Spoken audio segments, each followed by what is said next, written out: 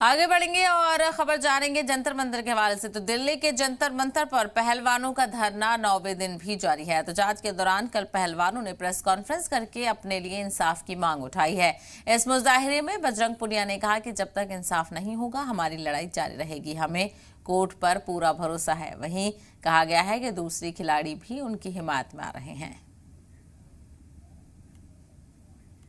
लड़ाई न्याय की है, भारत की बेटियों की लड़ाई है और जब तक इंसाफ नहीं होगा, हमें न्याय नहीं मिलेगा, तब तक ये लड़ाई जारी रहेगी। पूरी आप पंचायतें, संगठन, चाहे वो किसान संगठन है, मजदूर संगठन है, सभी संगठन, पूरा भारत की बेटी को इंसाफ दिलाने में घर से बाहर निकल के सभी खिलाड़ियों का साथ दे रहा है। तो ये लड़ाई कितनी भी लंबी चले, हम लड़ने के लिए तैयार हैं।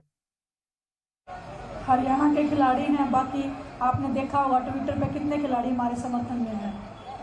वो भी तो खिलाड़ी है ना सर, हम कुश्ती के खिलाड़ी हैं, बाकी और भी तो खिलाड़ी हैं। तो जैसे Neeraj Chopra gold medalist Olympic का, अभिनव बिंद्रा जी गोल्ड मेडलिस्ट है, वो भी तो हमारे समर्थन में ही बोल रहे हैं।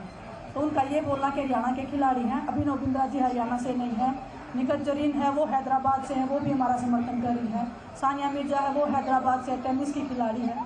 तो ये खिलाड़ियों की लड़ाई है, ना कि सिर्फ कुश्ती की है।